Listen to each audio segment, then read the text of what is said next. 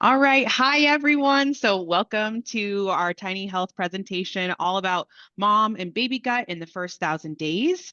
And I will briefly introduce myself before having Cheryl join in. So, my name's Taylor Soderborg. I'm an MD PhD, background conventional medicine, and then made the switch to join the tiny health team as the medical director because I believe so deeply in the importance of the early life microbiome in setting up lifelong health. Not something I need to convince anybody here of, but it's a huge passion, and Tiny Health is helping to create a test that allows us to act during those first 1,000 days and even before during pregnancy to help optimize lifelong health.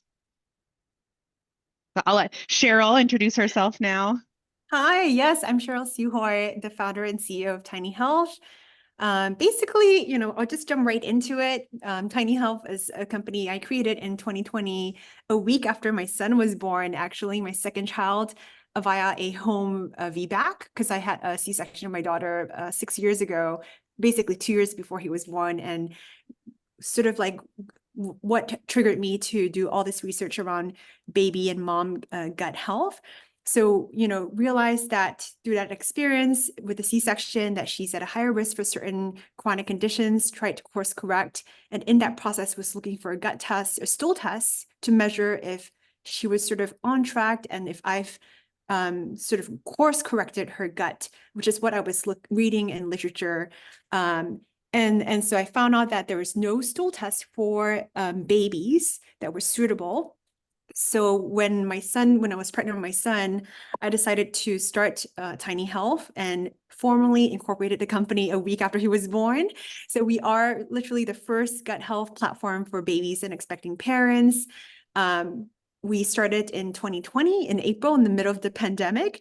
And now we actually have older kids gut tests, stool tests, as well as adults as well. And we also have a vaginal test because baby is passing through that vaginal canal and getting initially seeded with mom's vaginal microbes, and then gut microbes through some of the fecal fluid passing through during labor and birth, and then continuing to pass on to baby from mom through breast milk, which is amazing. So we can move on to the next slide.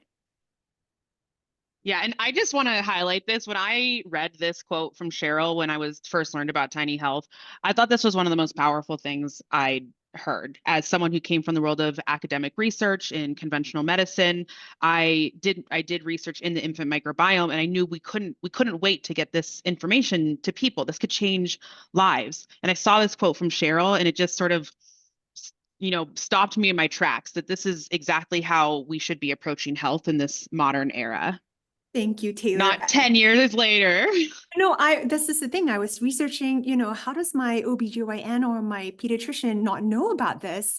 I was asking them about, oh, like would the C-section or antibiotics affect my baby's gut, all that stuff. And nobody knew what I was talking about. They were like, we didn't go to school studying gut health or gut microbiome. And I mean, they don't even go to school studying nutrition in that sense. So I learned that the average time is 10 to 15 years for groundbreaking microbiome research to be implemented in medical practice. But because the modulation sort of time point to course correct a baby's microbiome if there are severe imbalances is in the first 1,000 days, which technically starts during conception when mom is pregnant until the child's about 2 years old. But in literature, the child's microbiome is rapidly evolving, and the initial colonization is really crucial for their lifelong health. It finally matures into adult-like complexity between 3 to 5 years old. So to me, that's the critical stage, the most malleable stage in a baby's life. Why isn't there more intervention to prevent chronic conditions? So to me, I needed to start this company. And I was just so, I took it as a sign that I had my vaginal home birth, my VBAC, that I was just like, I need to start this company. So next slide. So here we are now, 3 years Oh, later, with a lot of R&D work done. oh, Oh, sorry. I think it's a hyperlink. I didn't realize that. There we go. okay. So yeah, this is just a brief kind of process of how it works. We are an at-home test kit. So you order online and we mail this kit to you with this little swab that looks like a Q-tip. And so it's very easy and very accessible for parents or practitioners to order for their patients. It's primarily a stool test. We have a vaginal test as well, but this is what it looks like. This is just peanut butter, don't worry. But to give you an idea of how little of a stool sample we need, collecting directly from a diaper, or if you have an older kid, or if mom is collecting, you can sample directly from a soiled toilet paper. And then they mail it in a prepaid envelope, and just USPS if you're in the US, or if you're abroad, you do use your own postal system to mail it back to our lab in the US. Then our lab gets it, it's clear, certified, which means we're using clinical grade processes. They extract the DNA of the microbes in the stool. And then within a few weeks, Tiny Health gets that data back, processes it internally. And this is where we create our baby reference ranges, our mom-specific pregnancy reference ranges. We do have trying to conceive, postpartum, the whole shebang, basically. It's all different. So baby in the two-month-old baby is getting a totally different metric from an 8-month-old baby who started solids potentially, from a 2-year-old whose gut is a bit more mature and very different from an 8-year-old gut report. So that's number 3, the analysis. Basically, we have patented this process. And then finally, you as the end user or practitioner will get the report in a web format, which Taylor will be demoing live at the end of this session. You will also get to download a PDF that you can send to practitioners that is more practitioner friendly. Next slide. So we, again, kind of coming back to what my research, prompted me to start Tiny Health, because there's a lot of stool tests in the market you might have come across, but they're either using adult ranges, which you cannot use for infants, and Taylor will point out why that is specifically. You'll get a completely wrong report if you're using an adult stool test for babies or moms, in fact. And then so that's kind of from left to right. Basically, Tiny Health is the only stool test that is suited for the first 1,000 days, and even kids under 3 years old or 4 years old. And we are the only company who's built specific reference ranges for pregnancy from first trimester through 3rd trimester. The gut is changing, the vaginal microbiome is changing, and we've adapted our reference ranges for that time period.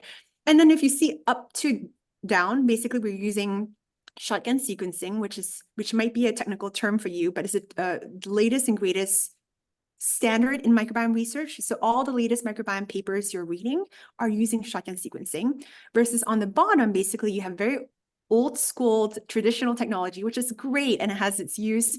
Culturing, PCR are very specific but limited in what they can show you in the gut, whereas shotgun sequencing, you see the entire gut, including bacteria, fungi, viruses, parasites, everything in the gut. And we profile up to 100% and show you not just who's there, but what their functions are, if the microbes are functioning as intended. So it's a very powerful technology.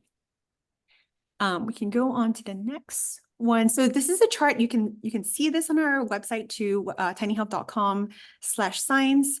And basically, just comparison, as I mentioned, we do sequence all types of microbes, pretty extensive. Our database has over 150,000 genomes that we can detect. So you might have heard of a PCR stool test. They only detect maybe 30 to 50 microbes. So it's pretty limited. So we have a lot of comprehensiveness, extensiveness in our sequencing technology. And as I mentioned, tailored biomarkers for mom and baby. Okay, great. So yeah, this is kind of one visual example. I'll just briefly go through it because it's pretty technical. But have you, any of you, Colleen, Connie, or Joe, or Tony, heard about PCR tests or GI map, GIFX? GI map and GIFX. It's okay if you've never heard of it. But we hear this a lot from practitioners. So if you have a child with diarrhea and you take them to a doctor and you're like, the doctor is prescribing a stool test, usually that's a PCR test. Yeah. And what that does is it measures only specific microbes, like maybe they're only trying to detect if E. coli or salmonella specifically is causing the diarrhea. So for acute conditions, because it comes back quickly and within a few days, maybe within a week, you get that test. Some functional holistic doctors, practitioners also use PCRs. They've been around for decades, right? However, we feel like for comprehensive gut health, like overall gut health, to see if you're not just looking for, we don't want to just look for bad bugs. We also want to look at the balance of healthy microbes, right? The probiotics. Do you even have any beneficial bacteria? So we feel like the existing stool tests are there for a reason. It's great for acute diagnosis of conditions, but not great for telling you, giving you educational information about overall gut health, especially as it relates to early life balance, which again, the science there in early life microbiome is pretty strong. So we can skip to the next. So maybe pause here. So I guess sorry, go back to the one before. On the left is basically the tech that Tiny Health uses, which is shotgun sequencing. So all the nice bacteria that you see there, they are microbes. They could be bacteria, fungi, parasites, but hopefully not. Hopefully, majority of them are bacteria, which is what it's intended to colonize in the gut. And then the little dots are basically the functions, what I mentioned earlier. So for example, in the context of a baby, bifidobacteria is the most essential beneficial bacteria in a baby's gut. It should be between 50 to 90% of an infant's gut in the first year. You're going to hear tons more about this at the Microbirth conference from various speakers, I'm sure. But it's not enough to know who's there, right? It may be maybe 50% bifidobacteria, but are they performing as intended?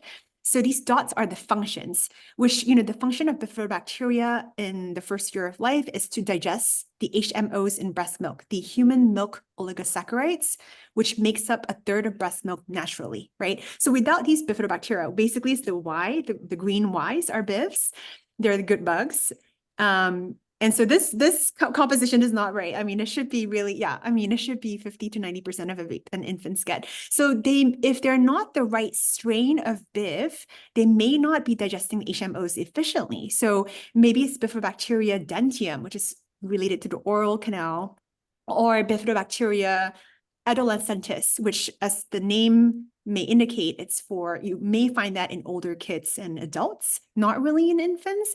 They're not the HMO digesters. So the function that we can measure in a Tiny Health stool test, baby stool test, would be maybe low HMO degrading capacity, but they have a ton of bifidobacteria. So that's kind of what we kind of go into the detail of what really, really matters for the baby. Which most other tests will not be, showing you. So now we can go quickly to the next one you might have heard of, a stool test called Viome. They're using RNA technology. And the reason why we believe this is sort of not the best use case for gut health is because RNA is a very unstable structure, as you can see in the helix there. Whereas DNA is very stable. So for us to give you food, dietary, nutrition, supplement recommendation, the lifestyle recommendation, we want something pretty stable, right? Not something that changes every hour or every day. So if you do an RNA stool test today and tomorrow, you're going to get completely different results. But using a DNA shotgun sequencing test, it is pretty predictable, unless you make dietary changes, massive changes, and then you can course correct early. 16S is another technology you might have heard of. It's sort of a precursor to shotgun sequencing, where you're sequencing the entire gut, all the bacteria in the gut, but it doesn't give you fungi, parasites, or other microbes like viruses. And it has very low resolution, false positives. It doesn't give you functions either. So it's kind of an outdated technology in that sense. So we believe shotgun really is the technology you should be using for measuring overall gut health.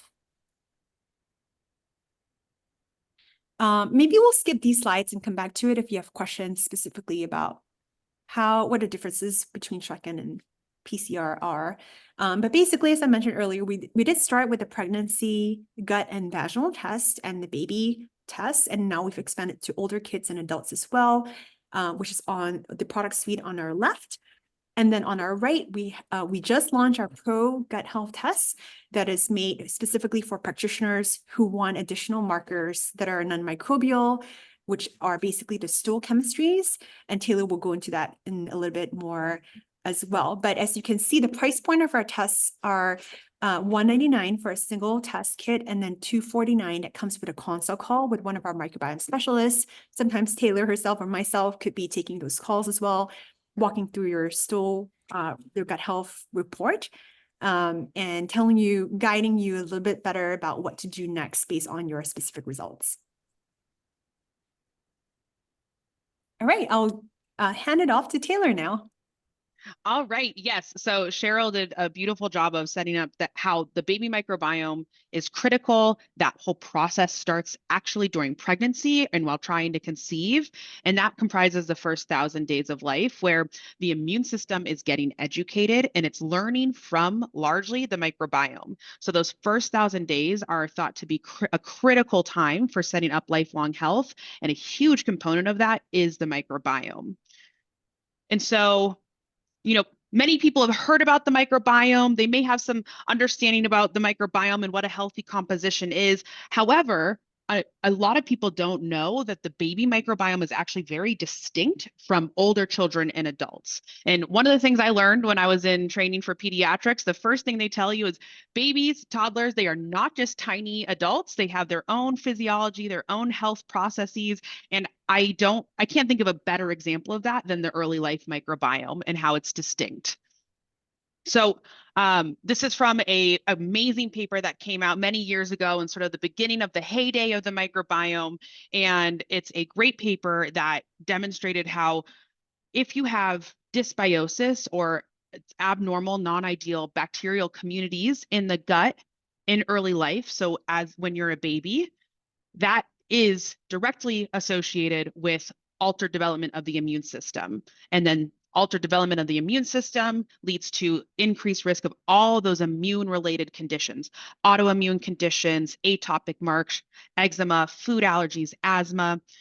And this paper also demonstrated that interventions modifying the early life microbiome, getting it on track, is a way that you can intervene in that cycle of inflammatory conditions. And this is really a generational cycle. It starts during pregnancy. The immune system gets educated in early life. Those kids grow up either with health, or unfortunately with inflammatory conditions. And then later on, they may go on to have their own children, and the cycle either continues beneficially or perpetuates chronic immune conditions.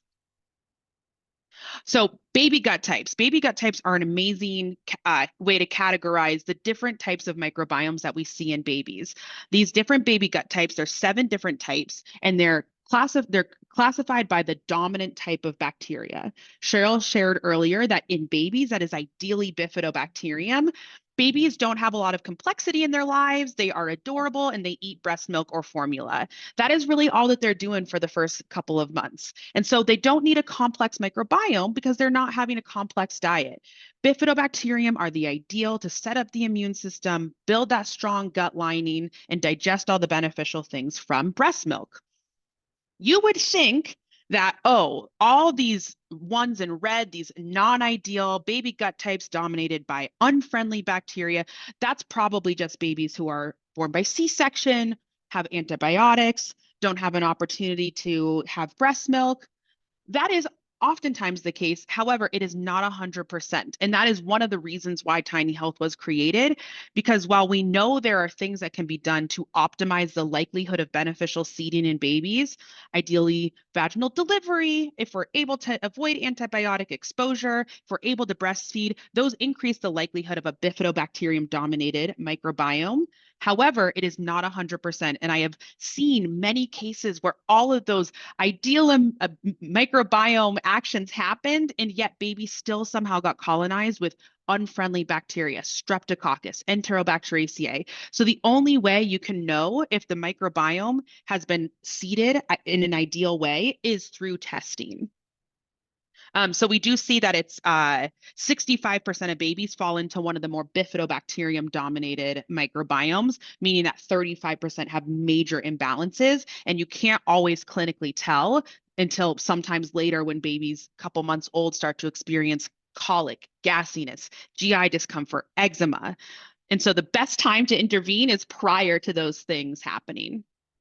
Although I do like to make it clear, even if symptoms have already arisen, still there's never a wrong time to check in on the microbiome. So this is a graphic showing how the microbiome changes over the first 3 years, those first 1,000 days. The microbiome goes from not mature, very undiverse, bifidobacterium dominated, and gently develops diversity over the first 2 to 3 years, while the diet is getting more and more complex. So this is some screenshots from our live app that we're going to go through in a little bit, but I just wanted to show you with our own reference ranges from Tiny Health, how we are so, even within here, there's even more different phases I could have shown. But from 3 months to 3 years old, we see some very significant changes in the range and in the age, in the ranges of bacteria based on age, that we're the only test who is able to provide that level of specificity. So if we look at this first column, this is all bifidobacterium and how bifidobacterium levels change throughout the first 3 years. 3 months old, like we said before, 80% and above is ideal. 9 months old, we see that actually shifts down. And it's possible to actually have almost too much bifidobacterium, because you need to start making room for more microbes, more diversity. We have more things we're eating. We have to start introducing more diversity. And then by 3 years old, the ideal range is down to 10 to 15%. So making sure that the microbiome has that gentle high level of bifidobacterium with gentle diversification and lowering over the first 3 years is critical. Another really interesting element of the infant microbiome is the role of Enterobacteriaceae. This is a family of microbes that are traditionally considered unfriendly. They're your Escherichias, so your E. coli's, they're your Klebsiellas, they're your Citrobacters, things that we think of in adults as non-ideal. They're actually critical to have in babies within a specific range. So it's definitely the art of the microbiome. It's amazing. As a baby, you can have up to 28% of your microbiome as these quote unquote unfriendly bacteria that are teaching the immune system how to behave. We need those immune stimulatory microbes in order to show the immune system how to behave properly so that it doesn't overreact later in life. So up to 28% when you're 3 months old. An adult test would say that this is way out of range. And then we see as we get older, the immune system has been getting educated. That role of the microbiome becomes less and less critical in that immune education. We see that the appropriate level of Enterobacteriaceae declines down to 13% at 9 months old, and then down to 3.5% at 3 years old. And ultimately, it becomes okay in adult microbiome to not have any of these immune stimulatory microbes. So just a fascinating trajectory that the microbiome undergoes in the first couple years of life. That is really important to make sure that process is happening appropriately. All right. So again, this is our full suite of products, and I'm going to talk a little bit more about the Pro Gut Health Test. So the Pro Gut Health Test includes our non-microbial stool markers. So microbial stool markers are anything related to the level of microbes in the gut. So that would be the abundance, their function, and then using abundance and function information, we have signatures related to the risk of developing certain conditions. I'll show you all those in our live demonstration of the app, and indexes using abundance and function to understand more deeply what the microbiome is doing. That is all included in the microbial test, all the products here on the left-hand side. The Pro Gut Health Test has non-microbial stool markers. So these are going to help inform the gut health lining, more functional output from digestion capacity, and just some other health intestinal markers. And I want to share that we have videos focused on each of these different tests that you can find links to in our booth. So we walk through each of the different reports, including more details about the Pro Gut Health Test. And so you can kind of see the comparison here. And with the Pro Gut Health Test, we have these are all the additional markers that are included. And this is the Pro Gut Health Test is one that is available when working with a practitioner. The wonderful thing about Tiny Health is you can access it directly. As a customer, you can do direct ordering from our website. You have the ability to add on a practitioner to your account at any time. we have multiple different programs that are best suited to your testing needs if you're maintaining health versus working on addressing certain conditions. And you can have consultations with microbiome specialists to enhance your report comprehension and prioritize your best next steps. As a practitioner, you have access to unlimited support from our team. We train practitioners on utilizing this test so that they can add this into their whole suite of offerings that they have for testing for their patients. Practitioners have access to bulk kit discount pricing. So the prices that I showed here, actually, as a practitioner ordering bulk, you can have even more affordable access to tests. You get access to the pro gut health testing. And for practitioners, we have both a portal login, which is great for people working virtually. And again, I'll keep teasing it. We're going to dive into that here in a little bit. And then we also have that practitioner PDF that is a nice way for practitioners to get sort of at a glance view of the results.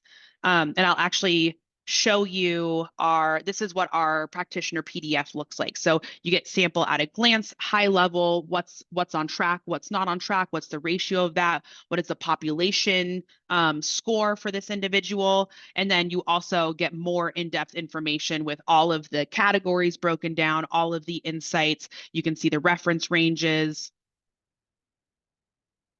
And we do include a list of all of the microbes detected in the PDF as well. So from there, I do want to see if Cheryl has anything that she wants to add in before just highlighting, the team that's helped contribute to this before we dive into our live website, and we can talk about some success case studies that we've had. So Cheryl, I'm going to let you jump in here before we open up the website. Oh, I was just chatting or putting in chat that, feel free to ask questions. I would love for this to be interactive. If you want us to go through some of the other points to deep dive, what we talked about before we go into the live demo, so you get to see our results. Yeah, Joe, hi. Hi there. Two questions, because it took me a little while to find you, so you might have already covered these answers. But so I see that you use a baseline for these kids, these babies, but where did that baseline come from? Because the last several decades, we've had an increase in, just in the time I've been practicing as an osteopath, these last 3 decades, there's been a huge difference in the gut microbiome and also the lack of stuff in the microbiome. So it just strikes me that are we comparing an already compromised microbiome to like where did the baseline come from for a healthy? Yeah. This is a great question, Cheryl. Thank you. So we started out with basically publicly available samples that we can find from published literature. And we did 3 studies. And you can go on our website, I believe, on the science page to see, we might have quoted it there, or we have 2 white papers you can download. Basically, we started with 3,000 data sets from infants, babies in this age group to establish our initial reference range, because we had no data at that point. Now we have 25,000 families coming to us. So we have a ton more data, and it's a living and breathing reference range. To answer your point about is this sort of 3,000 data points? I can't remember the time period it was based off of, but it is from different regions in Europe and the US and even Asia, I believe. So it's pretty representative. And the thing about infant gut is that their only diet at least in the first 6 months, is milk, right? Like breast milk or formula. So it's pretty simple. Whereas for adults, it is harder to kind of establish something that's healthy or unhealthy, because it depends on diet and different cultures, different climates, different regions. So in an adult, it's so complex at that point. Infants, again, breast milk or even formula, we do see an impact of formula in the child's gut. The birth mode, C-section or vaginal, there are distinct patterns. So given that in our first sort of 3,000 data sets, we've already established that even, with those data points, that a healthy makeup would be, technically we were a bit lenient in our results, like our kind of reference range. I think 30 to 90% is what we define as a healthy microbiome for an infant in terms of composition of bifidobacteria. Yeah. Yeah. 80%, yeah. So that's already pretty high, right? And primarily bifidobacteria are the, again, certain strains of bifs are the HMO digesters in breast milk. Mhm. We don't see in any literature, sort of what else could be replacing that. Lactobacillus is typically found in a vaginal canal. So Yeah. we have a hypothesis that through a vaginal birth, baby's gut actually get colonized with the lactobacillus first. Because lacto and bifs are kind of like partners. They go hand in hand. We Yeah. think that the lacto is there to kind of prime the land of the baby's gut to then have these bifs stick really well. So if the mom was sort of deficient in lactobacillus in the vaginal canal, then even though mom may be passing on her bifs to her child's gut, it may not stick as well. It may not colonize as well. So you almost need the stars to align that the lactose should be there to prime, and then the bifs will be there to colonize. The thing with modern living society and medication is that most moms don't even have bifs. Like I Right. didn't have any. So even through my home vaginal birth with my son, I realized when I sequenced my adult gut, I had no bifs. So I was like, oh no, like, I needed to restore my gut. So ideally, we're looking at preconception and Mhm. restoring the mom's gut and vaginal microbiome before we get to the child's gut. Because sometimes we get a lot of parents are like, I had a vaginal birth, I breastfed. Why does my child have zero bifidobacteria? And it's Right. because when we do have mom's vaginal and gut samples, unfortunately, their microbiomes weren't in balance as well. But I'm not sure if I answered your question. We think the science there is pretty solid in terms of really what should be there and what shouldn't be there. Because if the baby's gut, let's just say there's only 30 seats in the theater in a baby's gut, like, there's only so much room, and then that expands over time as they age from 10 seats to 30 to like 100 and maybe 1,000 seats. So there's only so much room for microbes. If the seats are not taken by the protective bifs, then the E. coli and Salmonella and Klebsiella, the disruptive microbes that Taylor's going to show you, will take hold, right? Yeah. Yeah. Then that becomes too inflammatory, and then that triggers the eczema, allergy, asthma conditions as the baby starts solids and grow up. And we don't want that. So that's the main thing. We really want to make sure we have the protective bifs mostly, and then you have some E. coli to train a baby's immune system. But that's kind of what we, believe. Yeah. It's all Yeah. about balance. So I get what you're saying. You've got the best information that you could have, but this is what I'm finding because I've been treating mums and babies for a very long time, and in the last, oh God, it's hard to know, but maybe the last 10 or 15 years, even the best possible birth, like what you said, it could be a home birth, it could be the mum eating well, all the rest of it. I've still got a baby who's colicky, refluxy, I've checked latch, I've done this, done that, and I say, and you're kind of vindicating me. I'm like, this is a gut problem. This is a gut problem. And it's probably come because the mum doesn't have enough to pass on to the baby. And so I'm in this stuck position where now when I see what you guys are offering, although I'm living and working in the UK, I presume that once you get all this information for them, the best that we possibly could have, I mean, we can't know what was in the gut in the 60s. Well, we can do, but it doesn't have the same detail as it hasn't today, but that you have some kind of follow-up, how to, re-educate their gut, organic foods, kimchi, kombucha, like all the different fermented foods. Presumably this is what comes after they get this, this list of things that aren't in the baby that they can then supplement either their diets if they're breastfeeding or somehow supplement the baby. 100%. Yes, Okay. we do help with our action plan to help people recolonize the adult gut where there are missing microbes.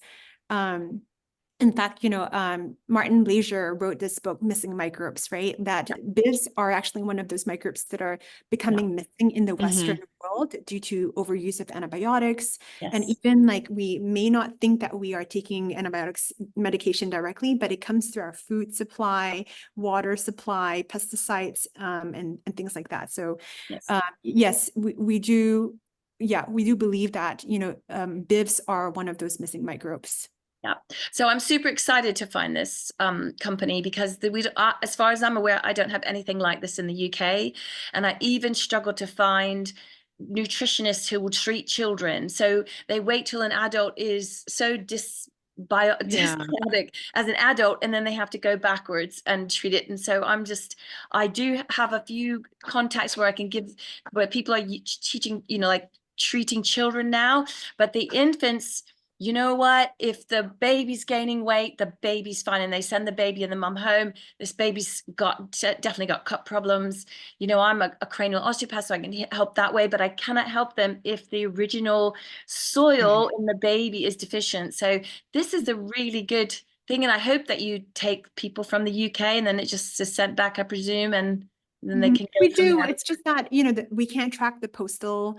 So you have to be okay with that and ship, pay extra shipping. So if clients write in hello@tinyhealth.com and they, do tell us they're from the UK or Spain or New Zealand, Australia, we do get those customers. We do make them agree that disclaimer, we're not in, in control of the stage, as long as you're okay with that. And there's no concern with the lag time, because there's a preservative in these swabs that preserves the stool sample for about 2 months. It's pretty stable in many different temperatures too, as long as it's not in direct sunlight and not really, really, really hot. It should be okay. Yeah. I mean, even if it's imperfect, you're still going to get a better picture than nothing. Yes, for sure. Yes. So yeah, we welcome anyone, and hopefully one day we'll have a lab in the UK or in Europe, so we can accommodate folks there. Sure. Yeah. Thank you. Thank you, Joe. Yeah, thanks so much. Yeah, I can just put a little bit of visuals behind like all the wonderful things that were said. So you guys, can you see this account? Am I sharing the right screen? Okay, great. So this is a demo account that we have real results, but identifying information has been changed. So here we see a person who was 27 weeks pregnant. I'm sorry, let me actually make this appropriate size. 27 weeks pregnant. And we actually see at the time of testing that she had very little bifidobacterium. And sometimes I've seen very small amounts of bifidobacterium be able to colonize in babies. But again, it's the lower you are, we can even click in here and we see she's in the need support range for the bifidobacterium. And we also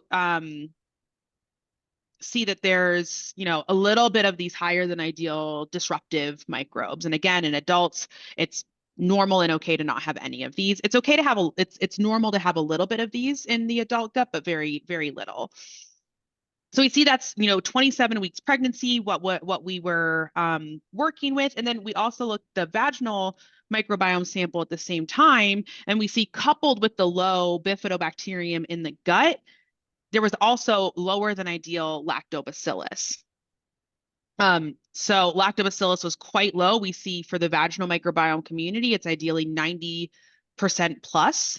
And that is because if we look at this community state type, lactobacillus dominated vaginal microbiomes create a pH that makes it harder for disruptive microbes to colonize. So the more protective lactobacillus you have, not only is that beneficial for seeding in babies, we talked about, it's thought to be part of that early seeding lactobacillus sets the stage for bifidobacterium to be able to colonize. So not only is this not ideal for seeding, it also makes the environment much more sensitive to the likelihood of disruptive microbes colonizing, which is exactly what we see here. We see most of the microbiome is actually made up of microbes that are related to bacterial vaginosis, because that lactobacillus hasn't been able to help keep those in check. We do also check for lots of other disruptive microbes in the vaginal microbiome as well, which we see a brief list of here.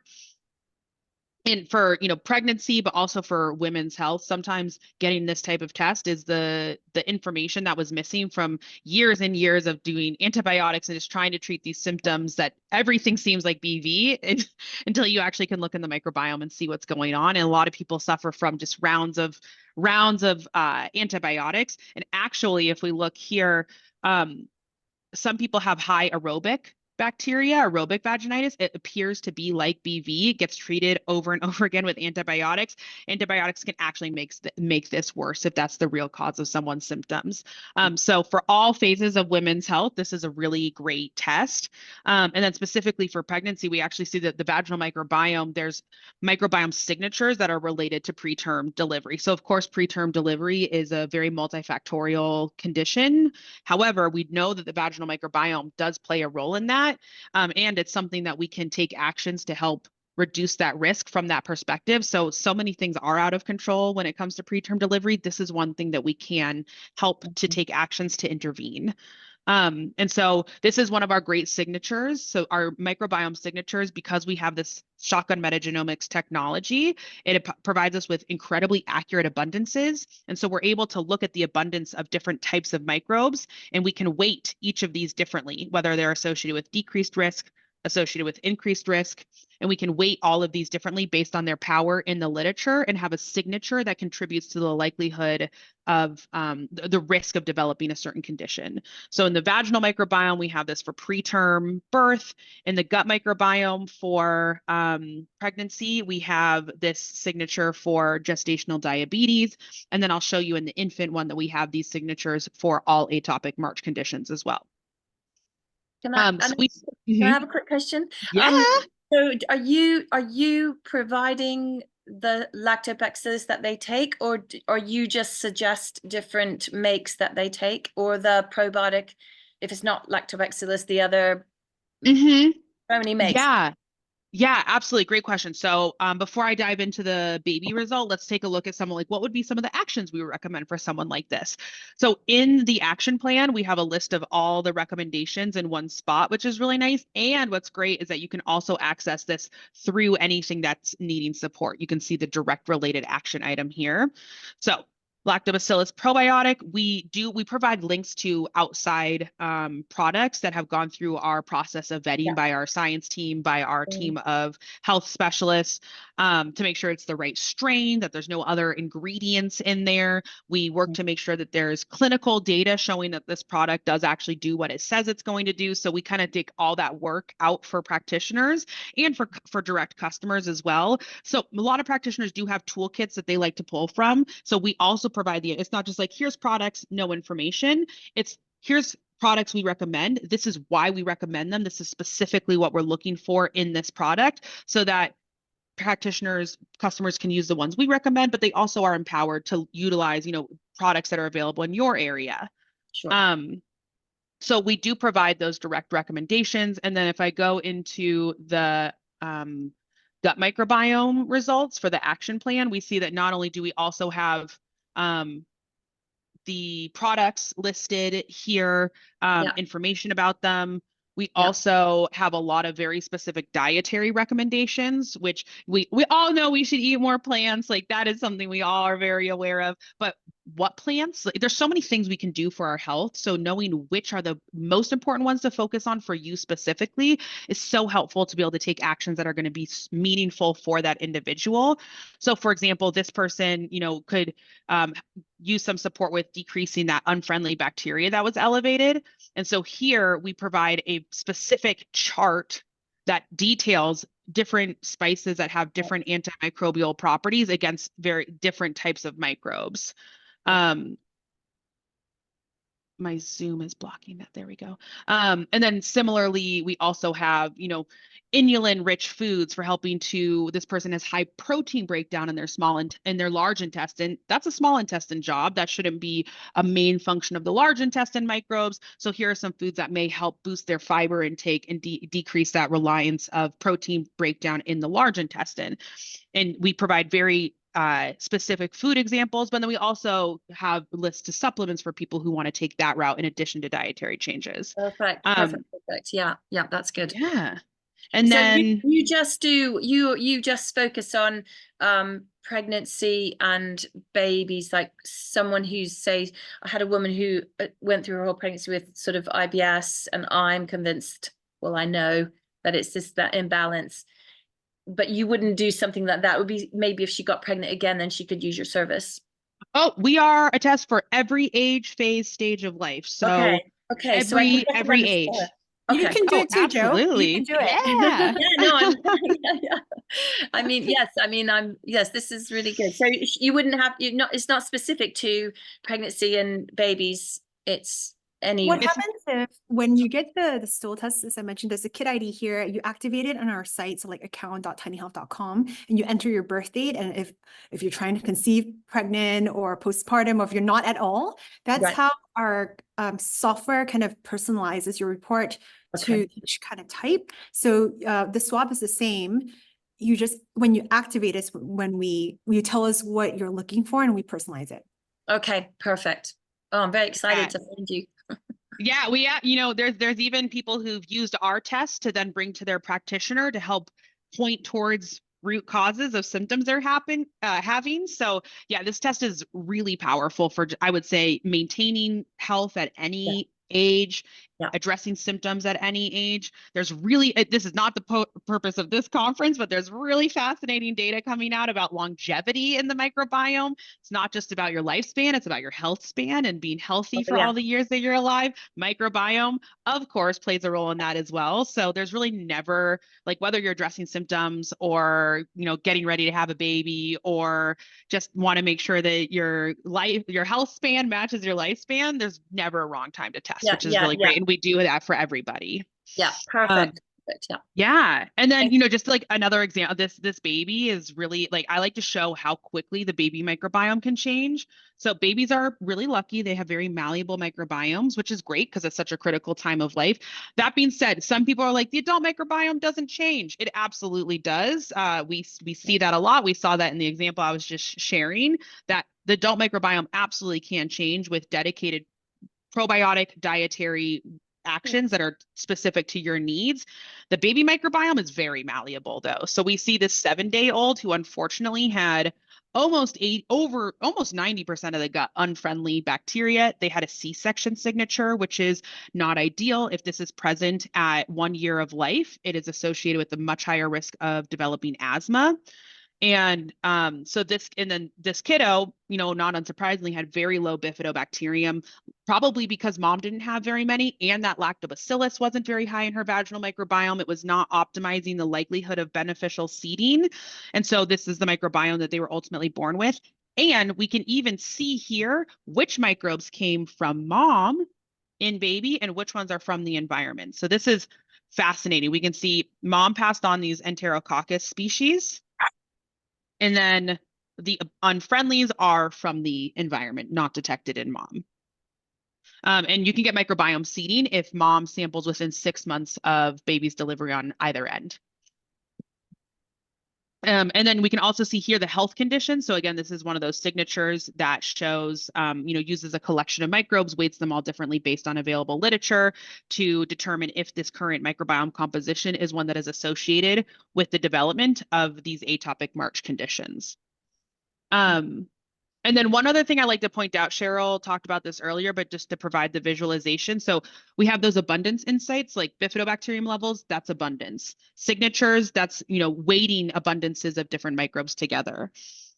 We also have functional insights, which is only available with shotgun metagenomics technology.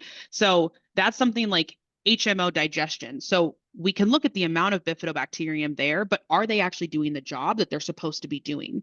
So in this case, there's not a lot of bifidobacterium in this baby. We also see that there's not other microbes picking up the job of 2' FL HMO digestion. So the way our functional insights work is it looks at it doesn't care who the genes are coming from. It just looks at all of the genetic ability of the microbiome to perform a certain function and reports on that. So some babies don't have bifidobacterium, but their Bacteroides are picking up that job. They're still digesting HMOs. In this case, we see there's not bifidobacterium and other microbes aren't really picking up that job. So it's really critical to get these bifidobacterium of the HMO digesting species into the gut. And then the last type of metric we have are indexes. And this indexes look at both the abundance of different microbes as well as the amount of genes, the function of the microbes, to look at the overall impact of that metric. So here, this index is looking at what are all the different LPS producing species and how much genetic information in the gut is dedicated to making LPS to give you a full picture of if this is a gut that looks like it has a lot of LPS production. And we also do that for mucus degradation, hydrogen sulfide to give you a really in-depth understanding of what the gut inflammation status is. And then if you're a practitioner and you want to go to the next level, you can do our pro test that also has the actual inflammatory markers, non-microbial, so lactoferrin, calprotectin. So from whatever level, you can get a very in-depth picture of what the gut health looks like. Yeah, and so this baby, very minimal bifidobacterium, lots of disruptives at 7 days old. 4 weeks later, and this is not an uncommon experience, after using a very short course of a high power and very, vetted probiotic recommended by Tiny Health, we see bifidobacterium nice in that normal range. We're in the 60s, and consequently, we see HMO digestion, that function has also risen. And we see disruptive microbes that the candida that was present before is now gone. The other microbes that were elevated are gone, and we still maintain our normal range of Enterobacteriaceae. So we haven't eliminated those immune stimulatory educating microbes that are important to have in early life. So really quick turnaround, this kid got put on track. We see the baby gut type is now one of those ideal bifidobacterium dominated baby gut types, all within the first 4 weeks of life. Right. Good. And a happy baby. Yeah, happy baby. And so I want to respect time. I know we're at time. But I mean, we have so many success stories. Like sometimes it's, easy to think, well, is this just a one-off case, this demo account? This is just a small sampling, but so many babies who parents have been able to take quick actions and over the course of weeks to months are, seeing baby gut types change, the microbiome compositions changing, and what people really care about, health is better. 90% reduction in eczema from one family, much less fussiness, apparent gas pain, sleeping through the night peacefully. These parents were at their wits' end. Their baby was not sleeping. We see same things with vaginal microbiome, people experiencing changes with IVF, such a challenging time. Ultimately, it's worth it when you get to have your little one, but we see, doing these tests can help improve symptoms, optimize likelihood of success with IVF. We just have seen so many powerful studies. And I just like to point out that there's so many cases like this that we've seen. Yeah. Thank you. Yeah. That's what we got. We have a ton of resources linked in the booth for just, following up, getting discount codes to try us out, our white papers, just videos going into more detail. So tons of information and ways to connect with us in our booth. Yeah, excited to find you. Thank you. Yeah. All right, I'm going to stop sharing my screen now. Yeah, well, now thanks for being here today. Yeah, I know we started like 10 minutes late, but we're still here for another 25 minutes till 12:30 Central Time. I'm just kind of getting some feedback that when you joined, Joe, did it ask you to sign in and ask for like a So password? I'm not that techie, but when I came in at 4:30 to the exhibition hall, and it was a bit tricky how to figure things out. So then I asked the chat, and then I went around a little bit more, and it said so I came on yours differently from how I went on the first one. So the first one was about talking to mothers about microbiome, and that one was like I went on